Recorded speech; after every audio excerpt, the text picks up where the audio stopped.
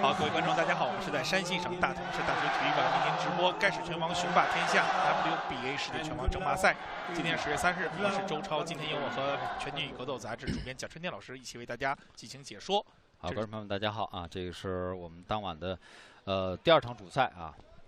因为刚刚从徐灿这个击败宋炳斗的比赛，这个我还没从这种激动心情中平复过来啊。这个我们马上进入的这一场是熊超荣对阵这个对阵这个泰国选手潘亚普拉达斯里。这是小熊啊，时隔16个月再次复出了啊！对手这个拳手是非常强的3星级的档次。那么我们知道，在105磅这个级别，4大拳击组织里有2个组织的拳王是泰国人啊。WBA 小熊刚才这个拳还是很重啊，虽然没有打中。那么潘亚排名是在泰国是第3，对，所以说他这实力还是非常强劲的啊。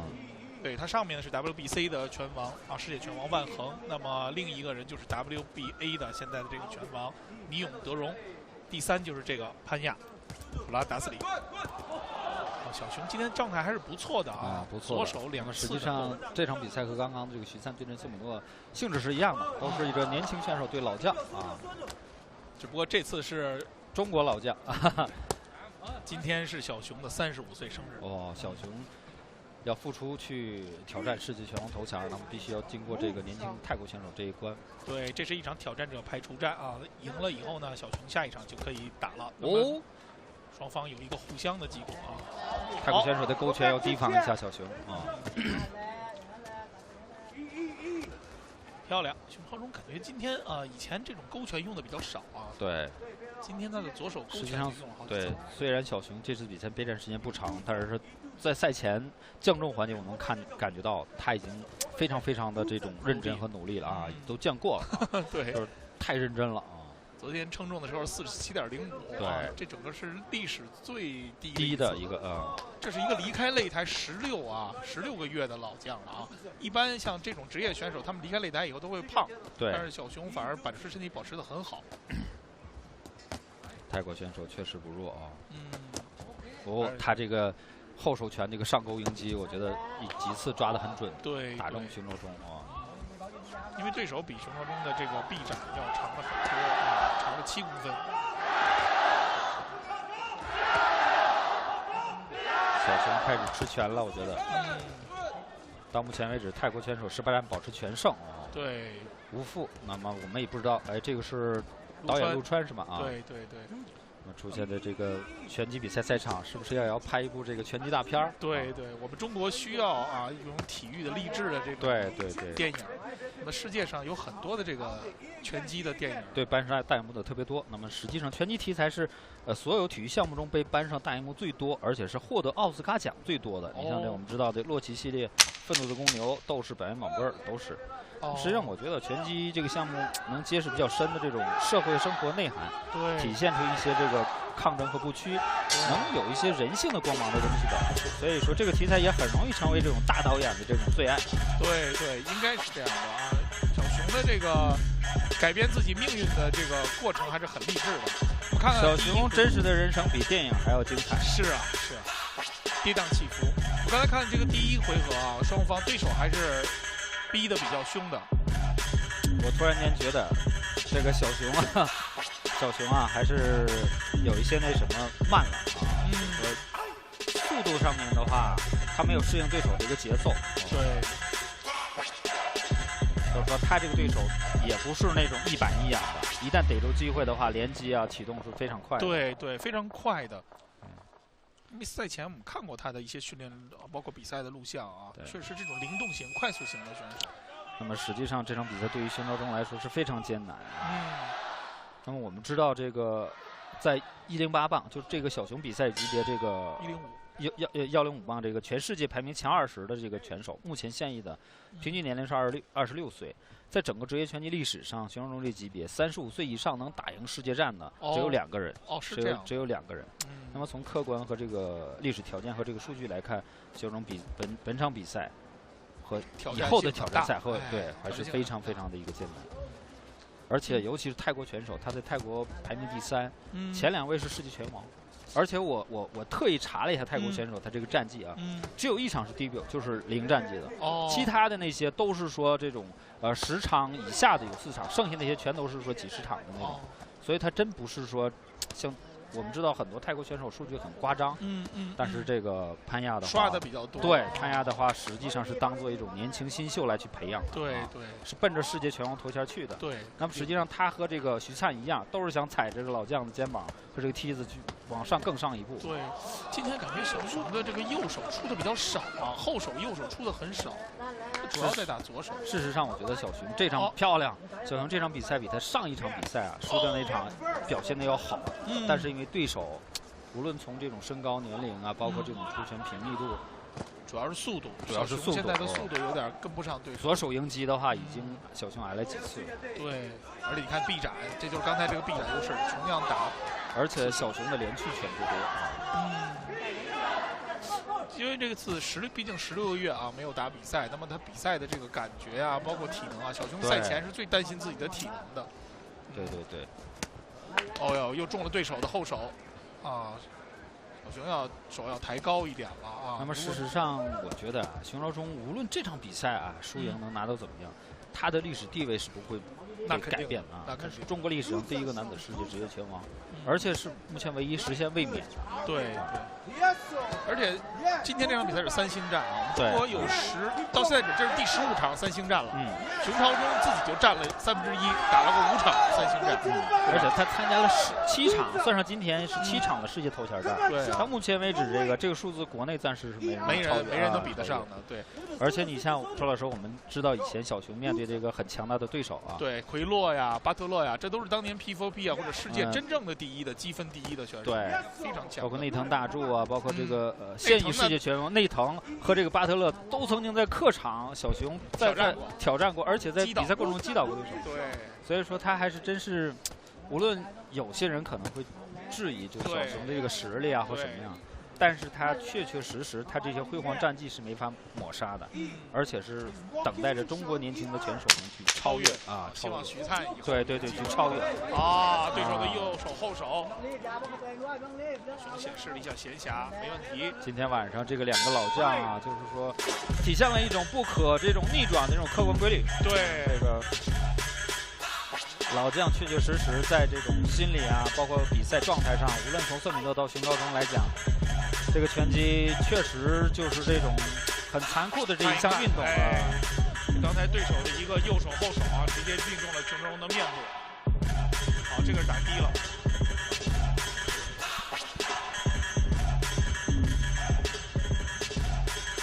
小熊的拳头空，打得空。对。这样打下去的话，熊昭忠他因为毕竟35岁，年纪大了，对，撑下去很难。是，他现在会越来越艰难，对，会越来越艰难。他现在基本上被对手给速度给压了，对，速度给压了。小熊又不像瑟米诺那样能打一个冷的特别狠的拳啊。实际上，瑟米诺是那种你只要说没有他强的话，他是坦克式碾压。对，徐灿是用自己那种高射炮式那种加特林式的给对方。打哑火了啊！对，对方想出拳都出不来，就一直被对压制住了，头都冒不出来的。徐灿这种拳击风格，我觉得不是中国拳手典型那种拳击风格。太漂亮。但是也有人说徐灿这个年轻时候还好办，如果年纪大了，这个风格可能走不远。对，他可能会高耗能的。熊昭忠刚才出了一次后手啊，命中了对手的面部。这是小熊今天第一次啊打得比较准的和狠的一拳。我觉得他和宋米诺的战术是一样的啊，就拼这种速度、拼体能，他们都是下风，对，只能是拼这种重拳去击倒。他有经验，但是对手的这个身高啊，包括体格的话，身高比小熊要高了10厘米啊。臂展7公分啊。不过我想想啊，小熊一直在，因为他身高一直不高啊，一直在和比自己身高高的、臂展长的对手在进行拼搏。那么历史上他打的最惨的一次是跟这个内藤大柱，内藤大柱比他多了20公分的臂展啊。内藤也是日本WBC一代传奇拳王啊。对，当年的传奇拳王。小熊也正是通过那场比赛得到了这种国际和这个认可，对，让世界所认识他。当时这场比赛，周老师知道在日本引起非常大的一个轰动。对。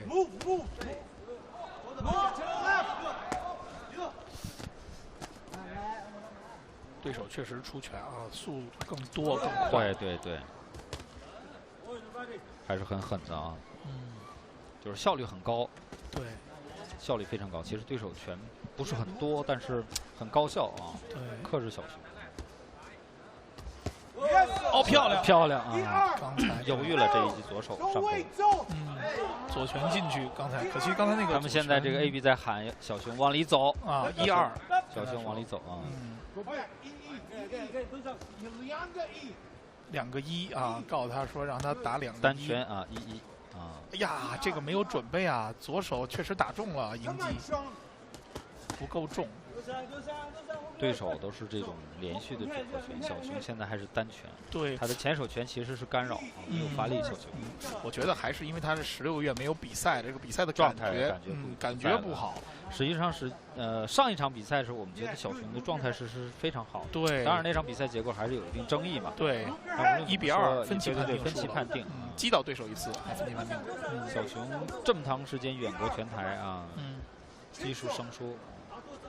因为你对练，毕竟和比赛还真是不一样。当然，而且我在想，如果这个赛前准备的时间更充分一些，对，也可能会更好一些。对，但没办法，因为小熊现在也成家了嘛，也有孩子了啊，事情也多了，年纪也大了，他处于这种淡出状态啊。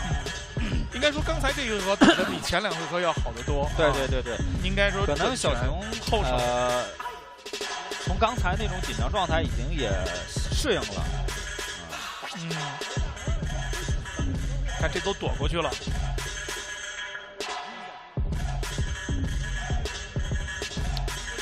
还是臂展这个优势，对手还是很明显。看看这小熊的，没打正啊，对手也没打正，稍微有点可惜。对手也没打正，但这个应该算熊掌中的拳了。对手这个反而不是。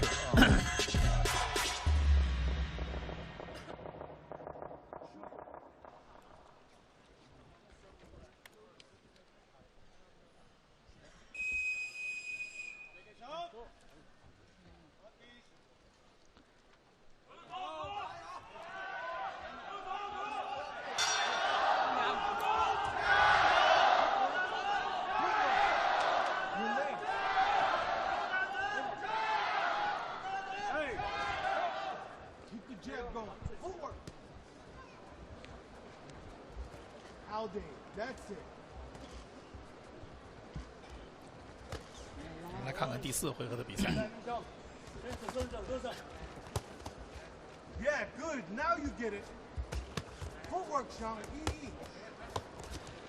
这个潘亚这个进攻啊，越来越急，越来越这个压力越大。对付老拳手都是这样。熊掌中迎击左手，这是双方的迎击。直拳点中对手面部。其实现在也想想啊，同样都是个儿高啊，拳出的多的。你看看刚才，漂亮！熊掌中的右手，漂亮，迎击，连续的这一回合拿到3个了，又一个，好漂亮！左手现在是对手1拳，小熊换2拳了啊。感觉适应了对手了。只要保持这种体能打下去，小熊有希望。对，有希望。想想刚才徐灿的那个打击密度，对吧？对。你再看看这个潘亚，那肯定徐灿刚才那要要精彩和漂亮的多。对，准确呀，直拳也准啊。徐灿当时，其实徐灿还不如瑟米诺的臂展，对吧？对。这次迎击啊。实际上，小熊我们对他比较了解的就是他这重拳很重，抗击打能力很强。但是技术呢，相对来说他比较粗糙。当年跟近藤大柱打的时候，他左手前手都不会打的。对。日本都笑话他，说他左手前手不会打，就会跳起来那一个劲啊，杀人拳。看看，漂亮！你说不会，小熊开始漂亮点，小熊开始不停的打前手，后手，小熊也开始出前手，漂亮！后手，对手感觉有点懵啊。刚才被小熊打了，突然间是，一会儿回放我看一下，是不是挨了重拳？应该是挨了重拳。刚才那个应该是挨了重拳。后手的右手挺重的，小熊那个后手右手挺重的。他对手有点迟疑。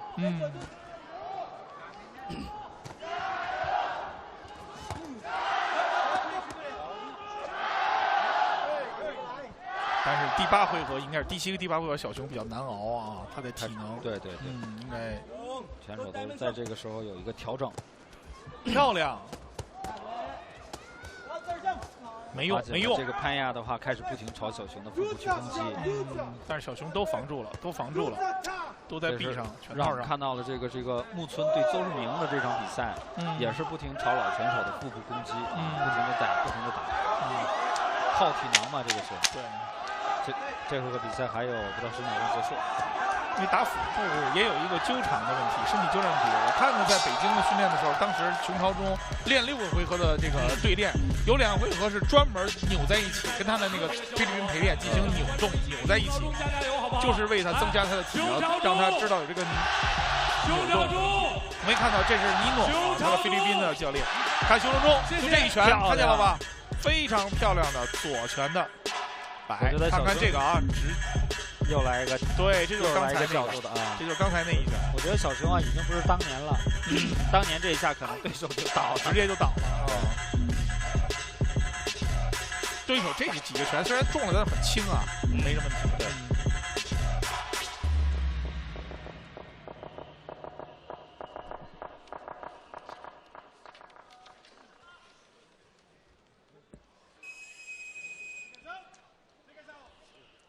实际上，对手这个 KO 率还是可以的，18战全胜啊，10场击倒对手。这个数字还不错。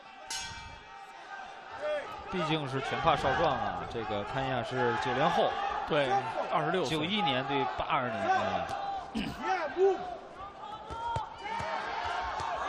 他的勾拳继父打的熊朝中有点不适应。应该说，哎呦，小心。目前来看的话，我觉得是上一回合可能是潘亚是挨了重拳，所以他才能撤回。对，要不然应该就是这种高压态势。这才是他本来面目。刚才那个肯定是对打懵了他了。对，那一个左拳的摆。对，要不然就是第4回合的时候他在调整。但是刚才熊朝中被打了2次反击了，打了2次赢了。漂亮。小熊这左手现在是越来越犀利了。对手的这个眼眶我们能看到已经也开始渗血了，是吗？应该是。刚才中了小熊的，应该是左手点的，左手的刺拳点。完全是被拳套把这个眼部最薄的皮肤撕裂了啊。撞的话应该不是撞那个位置。小熊感觉现在没有中对手太重的拳，但是对手绝对中了小熊的2、3个重。没有，对手的勾拳啊还是很凶的。看看流血了，踩了啊！潘亚的这个右眼角已经出血了。年轻这个饥饿的选手现在又开始扑向了这个老猎物啊！但是小熊并不想轻易缴械投降。对，要付出血的代价。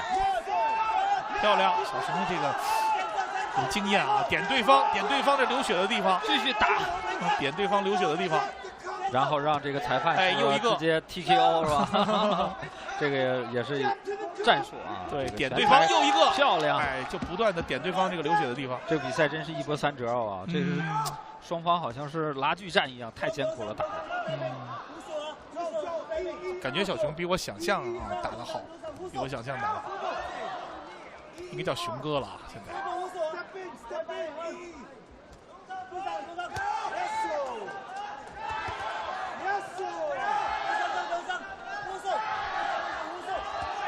这是大拳头抡空了啊！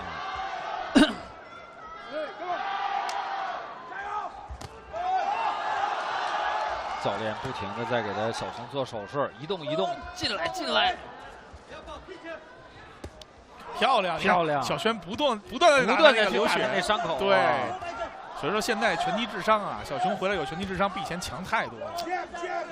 无论从这个徐灿身上，还是从熊朝中身上，还是从其他中国职业拳手身上，我们看到这个中国职业拳击这种进步啊。对，就能看到。前些年10年前我们在搞比赛的时候，就中国拳手职业比赛里边基本都是菜。好不容易找一个更菜的，对吧？打一打，已经找不到更菜的。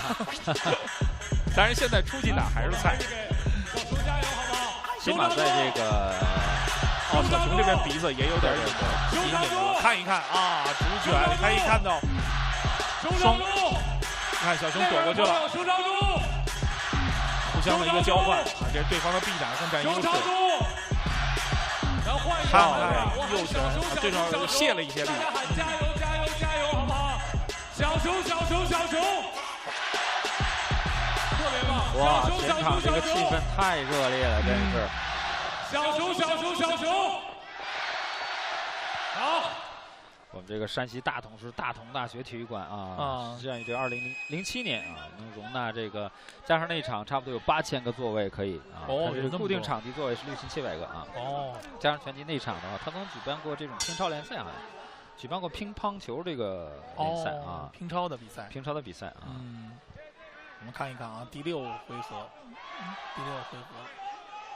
对手处理了一下面部，双方开始进入第6回合的比赛了。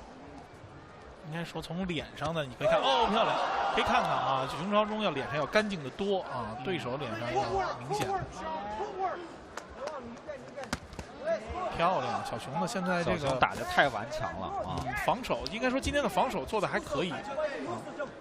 这个是18战全胜，10场击倒对手，一个泰国年轻新秀，而且是世界排名 WBA 世界排名他是第4。对。你想想这种世界，小熊现在15，如果是控决世界拳王头衔的话，都可以争世界拳王头衔了。对。所以这场比赛确实是这种世界 WBA 这种赢量级、这种顶级的拳手的一个交锋。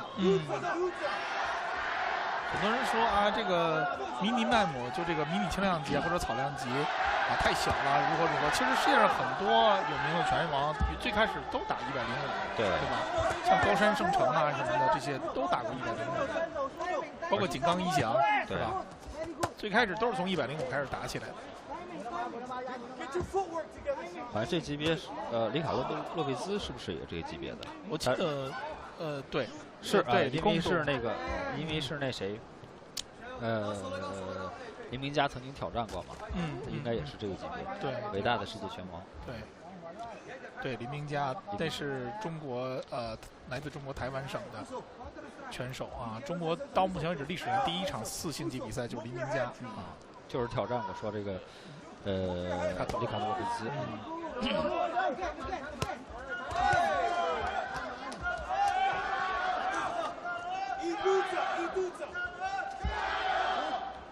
他的教练那边肚子，哇，他直接把头选择，漂亮，漂亮。这小熊臂展比对方少7公分啊，还能顶得住对手，对吧？今天小熊真是，哎，对不起啊，老说熊，其实就应该叫熊哥了。我们说小熊啊，也是有昵称和爱称，因为他身材小，但是熊啊，小熊就觉得很亲切，叫他很亲切，我们也习惯了，很亲切。汽车人里面也有小的大黄蜂，其实是一个小车，但是起到的作用一点也不小，对吧？对。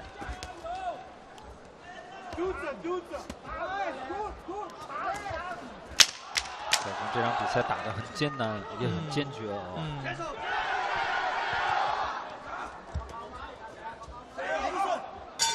其实在这个级别啊，中国应该还说有人啊，像吕斌呐，现在也出来打职业拳赛了。吕斌在前不久刚刚在 debut 新秀战，而且吕斌其实也创造我们国内这个职业拳手啊一个记录，就首场比赛直接是奔10回合打这种收拾头衔。看一看小熊的啊，这个右手后手，对手稍微让过去了，左手晃一下，然后再顶，哎。所以说，中国拳击运动的这个进步啊，绝对不是1个2个人的这个成功，是整个这个项目的基础啊，不断的进行提升啊。比赛过半，现在已经进入到这场 WBA 世界拳王争霸赛啊，这个是赢量级挑战者排除战的第7个回合啊，有中国选手熊昭忠对阵这个泰国选手潘亚啊。其实刚看完前2回合的时候，我心里有点担心，有点凉我确实，我觉得现在小熊缓过来了啊。对，第3回合，对，确实第3回合出现这个逆转了。对，应该说还是说前边他这个打得太少了，16个月没有比赛，慢热型，小熊本来就是慢热型的，进入比赛进入状态又慢。这一击互相的一个点，对，漂亮。挨1下还2下，我觉得小熊现在很聪明。对呀，起码在裁判那块我不会去。漂亮！迎击左手，小熊这左手现在真是打的让我，哎呀，不知道说什么好啊！因为以前他真是不会打。你一直都说他没有这个前手，没有左手，只有重拳啊。其实给我印象还是上次在那个这次已经打的有点偏了啊！刚才这个潘亚的一击拳头打在熊昭忠的后脑，感觉还是在北京钻石的时候，当时跟那个刘易斯的那个教练Knight 练完了以后，小熊这左手感觉就开窍了。我觉得呀，是所有中国选手，包括小熊他自己。其实我曾经也质疑过小熊，我觉得小熊他已经功成名就了，他的阶段已经过去了啊。就是说他巅峰和辉煌的时刻。我觉得他已经没有更多的追求，但是包括徐灿，包括小熊，他们都不认可这种漂亮评价，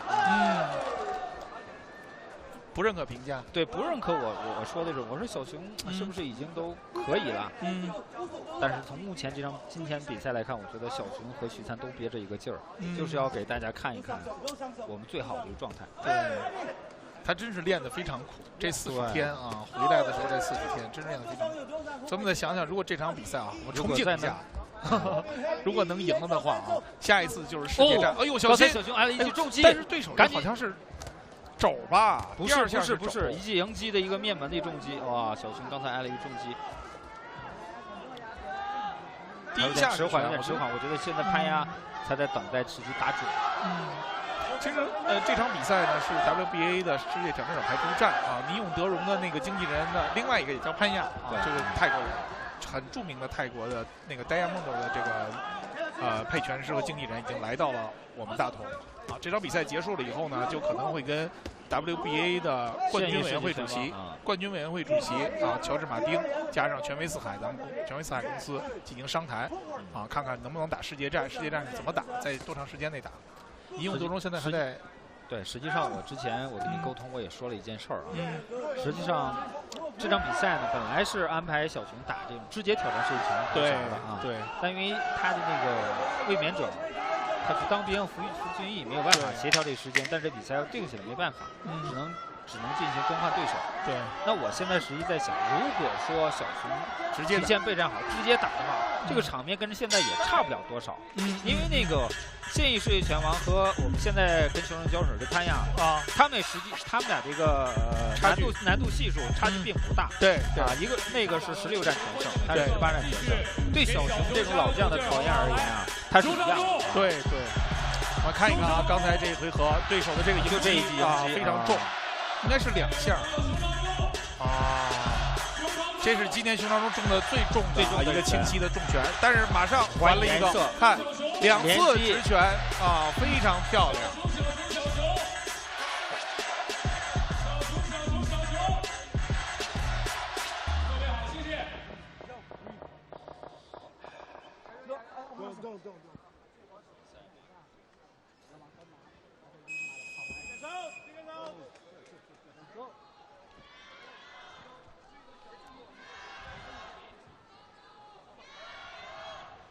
比赛马上来入第8回合啊！我们看到这个泰国选手还是很急，没等比赛这个裁判宣布，他就来到了拳台中间啊！裁判示意他你再退一退啊！因为从目前来说，我觉得7个回合结束以后，这次绊了一下。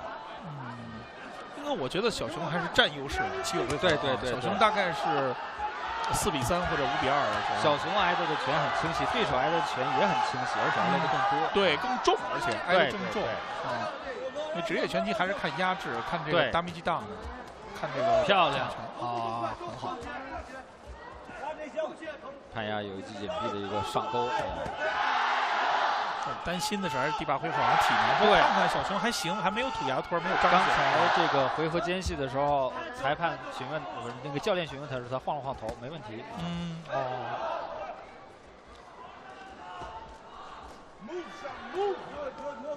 移动。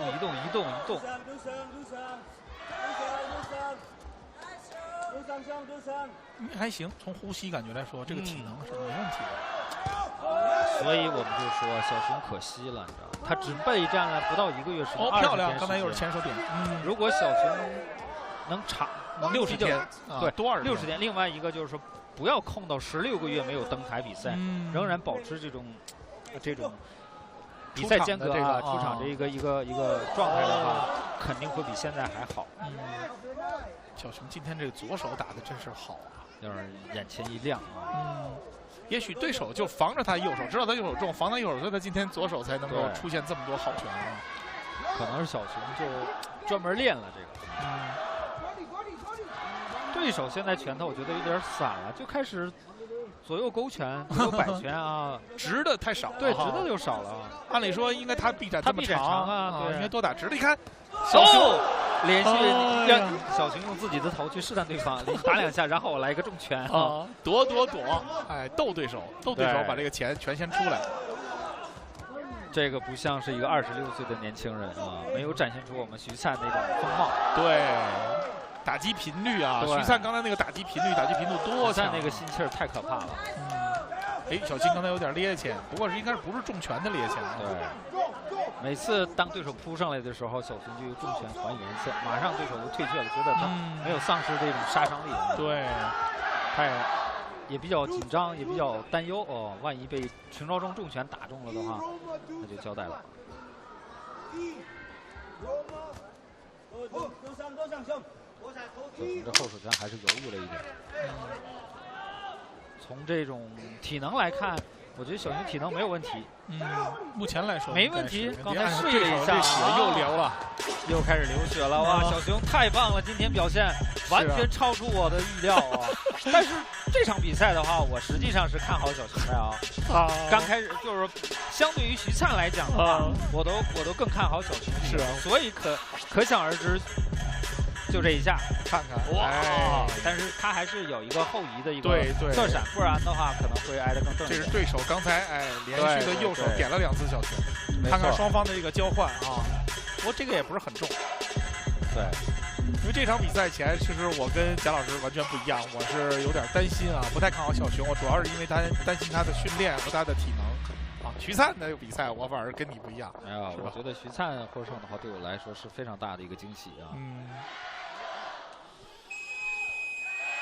不过小熊到目前为止打出来的，应该已经是超乎我的想象了。对，其实他自己回来的时候，他自己也很忐忑啊，不知道自己能打成什么样的。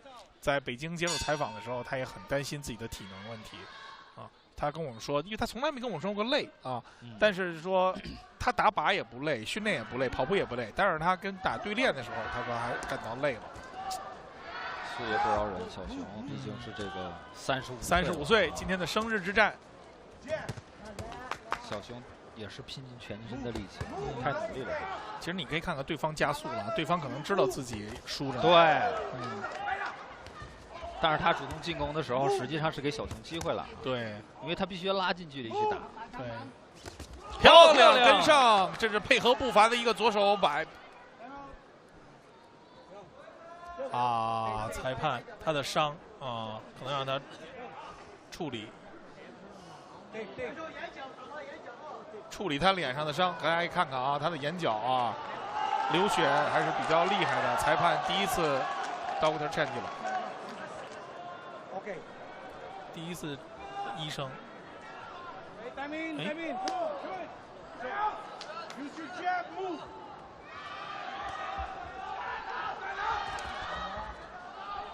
比赛重新开始。小熊越打这个心气儿越旺对手已经见血了。小熊就是像闻到了这种血腥味的一个老猎，这个鲨鱼啊，对，是猎狗啊，或者是说狮子、豹子啊，反正是这种在拳击丛林里边不肯放弃其实你看看两个选手，哎呀，这个可惜，选手两个人的打完比赛以后是脸下来以后，谁干净谁，大家也就基本上明白，这是职业拳击的一个魅力，最简单明了的一个直观的一个评判吧。对，看脸啊，当然有的是头撞的，但是这肯定是拳头，对吧？现场拳迷啊，这熊超忠高喊必胜啊，熊哥必胜。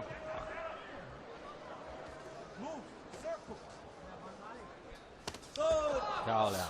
感觉小熊现在这个右拳成了一个右式啊，就是诱惑对手出拳的一个。他左拳打的反而今天小真多。熊要让所有人知道，我还有世界拳王的这个能力和风采。对。WBC 的拳王，挑战过 WBA 的世界啊，巴特勒。对，巴特勒。我这场比赛完了以后就可以进入交涉了。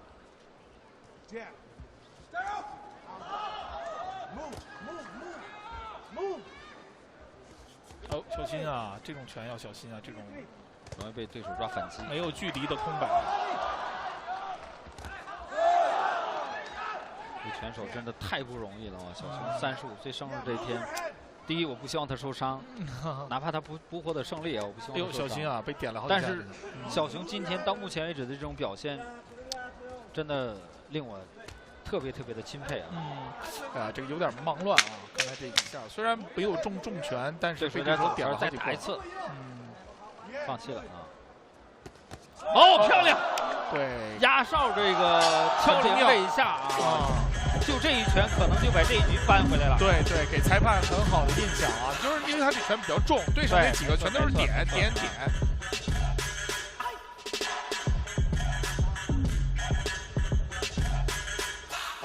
我们看一看刚才这慢动作啊，这几个都躲过去了，双方这个拳小熊也没打着，看看这个慢动作，小熊非常漂亮的啊，左摆。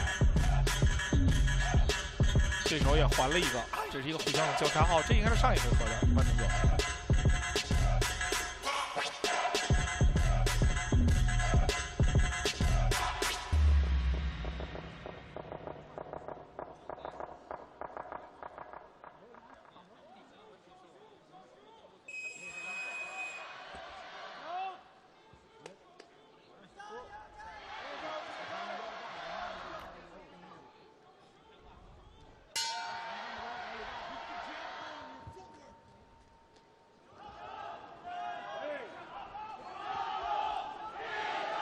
第10回合比赛开始，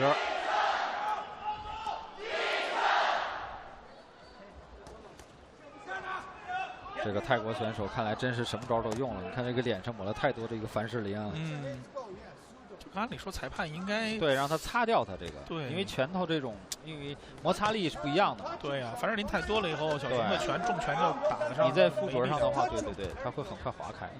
我估计这个小子以前可能从来没有这个潘亚没有挨过这么重的拳啊。对，脸被打成这样，我估计他也是第一次，估计现在心里面也是很心惊的。对，好，裁判再一次询问这个义务监督，不是觉得他这个凡士林太多了，这凡士林，对，裁判要给他擦。对，他这个而且你擦的这个耳朵脑后干嘛呀？是不是？可以看到他这个眉弓里面的这个伤口还是很大的，像一个张开的小嘴啊。对。实际上，他那个凡士林里面经常会混合着一些肾上腺素，然后迅速止血，不然的话，他那个血可能很快就会流出来了。这段反击打得不错。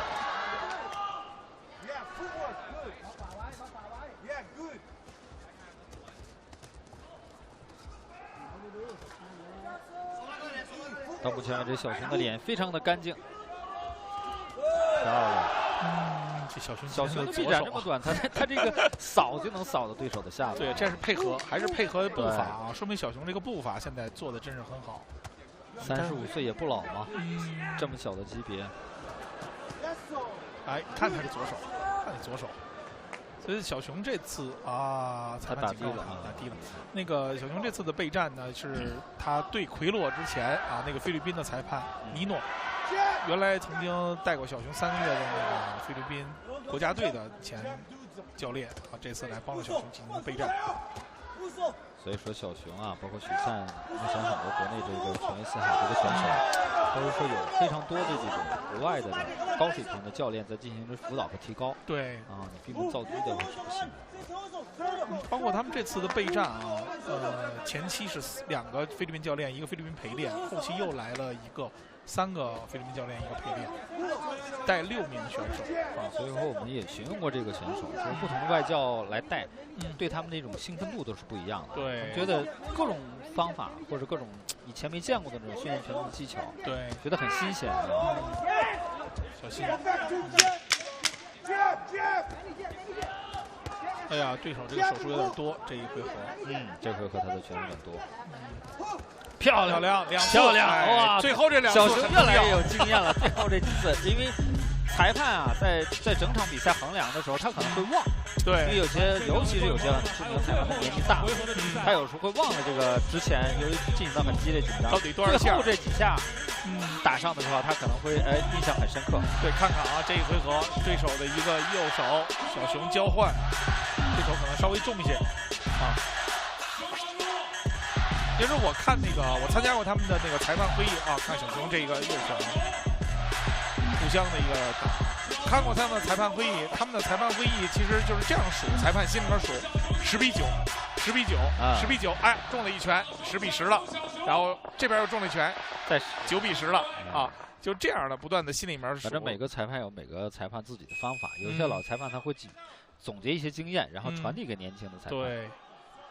就是以后咱们大家看这个中国的观众啊，看职业拳击看多了，你心里面也可以对这一回合进行一次打分。对，其实很简单，10比9嘛。对，你心目中谁打得更好啊？对，谁对谁另一个人的那种杀伤更强大？对，我觉得啊，这个潘亚在最后2回合他该加速了。对，孤注一掷啊，对，因为他心里没底啊。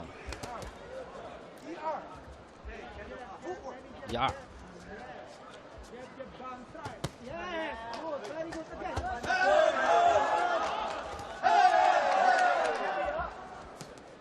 小熊这体力可以啊，可以啊，第11回合灵活的躲闪，目前漂亮，左手反击，好，右手啊，右手的一个平勾。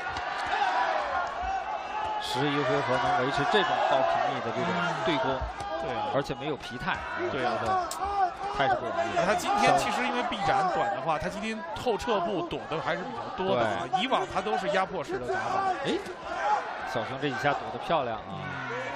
他都是摇臂、摇闪，以前现在配合步伐的很多拳做的还是比较多的。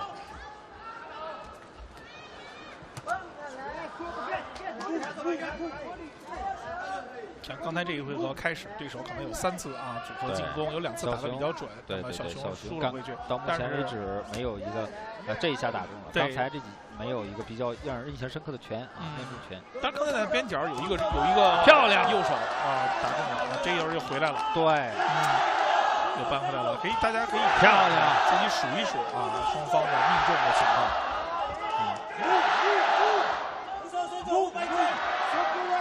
移动。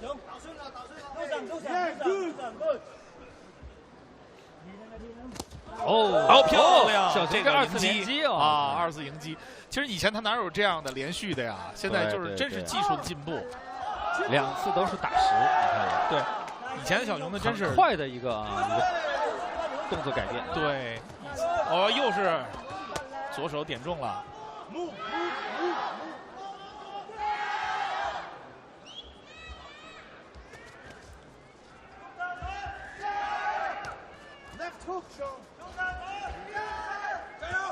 对手的拳啊，更多好像都是一种干扰啊，没有对小熊造成实质性的一个伤害。就对手的重拳相对来说不是特别重，不是重拳型啊。对小熊这个压力不是很大。小熊啊，小熊毕竟是前世界拳王，对阵过谁的？小熊对于对手来说是非常难啃的一个硬骨头。是。而小熊打他之所以难打，就是因为对方年轻，对，正处于上升期，速度快。否则的话，小熊是前世界拳，而且小熊打过的对手，无论是内藤大树、回洛呀，包括这个巴特勒，甚至粉川拓也，对，到115磅去打粉川拓也啊，越了4个级去打的。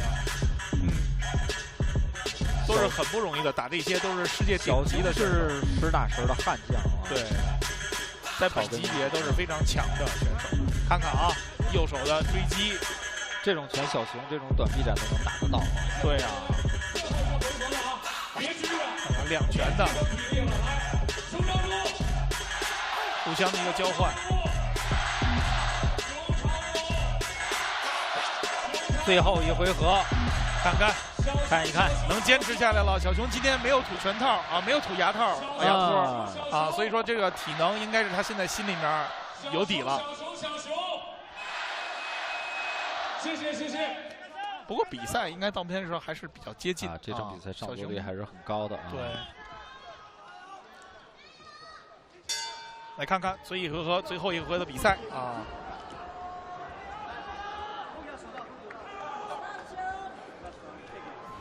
双方束缚一下。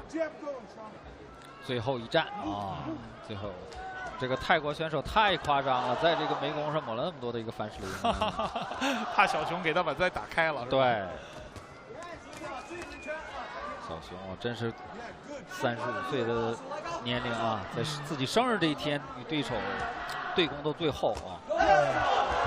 无论最终这个结果是怎么样的，但是我觉得小熊今天赢得了所有人的尊重，对，包括他的对手。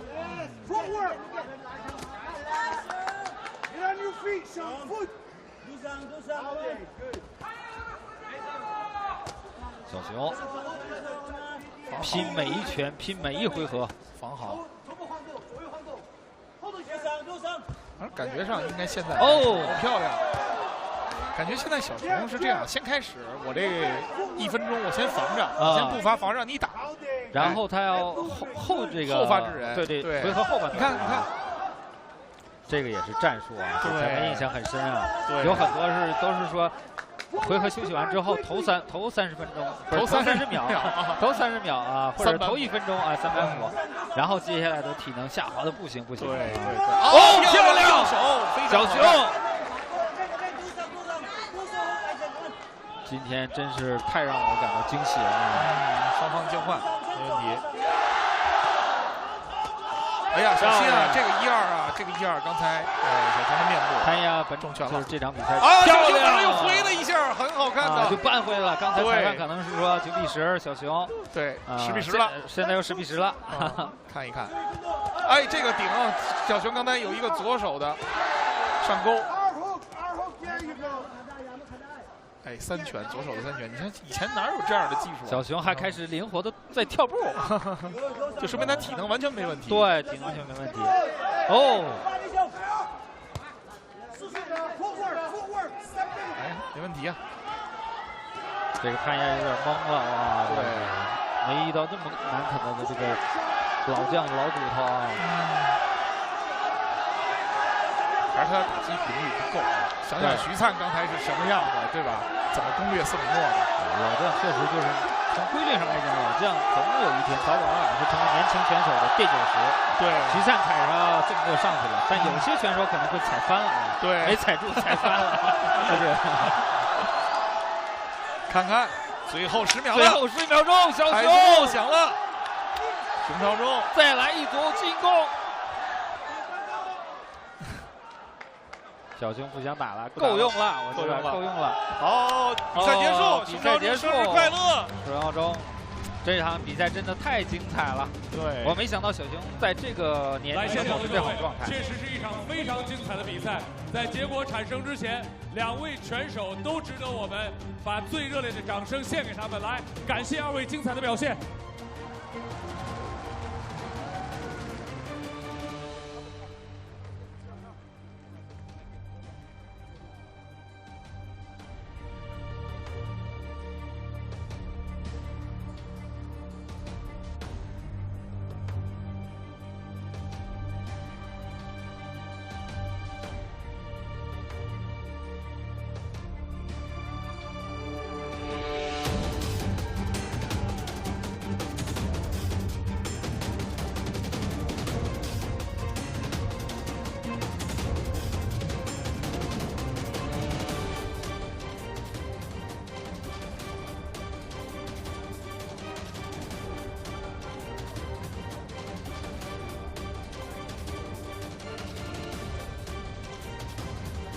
们来看一看啊，现在裁判正在紧张的对12回合的比分进行计算。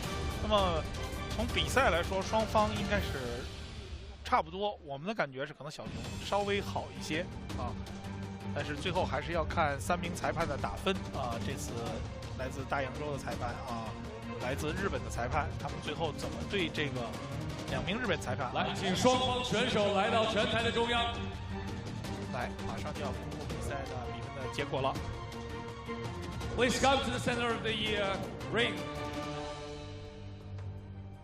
现在拿到了3位裁判的计点结果。Now we have the scores from 3 judges. The scores are 115 to 113. 裁判1号裁判115对113。116 to 112， 2号裁判116对112 ，114 and 114， 3号裁判114平。根据3位裁判的计点结果，这场比赛的胜者是 The winner of this event is 熊超忠。祝贺小熊2比0啊，2比0赢得了比赛。来，我们请 WBA 的官员先给小熊颁上获奖的拳王金腰带。我们马上请上颁奖嘉宾大同市委常委、城区区委书记张涛， WBA 世界拳击协会中国机构主席李义东，以及中国著名导演陆川先生。来，有请嘉宾为熊超忠颁奖。